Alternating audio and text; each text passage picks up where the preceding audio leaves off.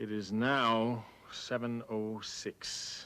You have exactly 8 hours and 54 minutes to ponder the error of your ways. Any questions? Yeah. Does Barry Manilow know that you raid his wardrobe?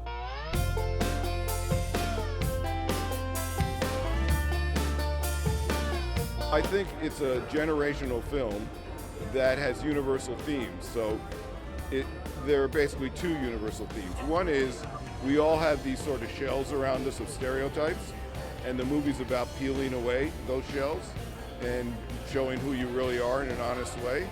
And the other is teenage angst against parents, which is a theme that will never go away. Tell me, what was it about Claire that made you want to play that part? You know, she was very different than me at the time. You know, I really felt a lot more introverted. I never really felt very pretty.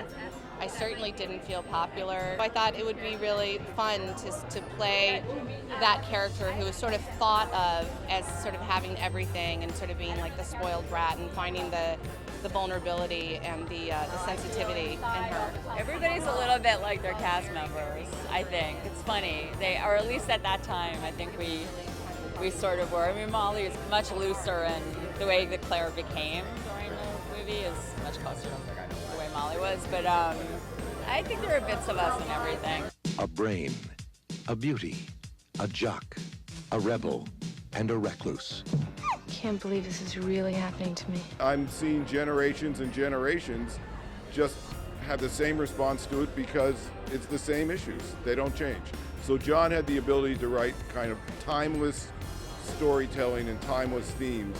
And it was the first sort of serious film, and kids really connected to it. I'm glad that they're taking care of it, and you know, it still seems to speak to generation after generation. I just showed it to my 11-year-old daughter, and she loved it. So I'm really glad that her generation and the generations following her are going to have a really great, clean copy.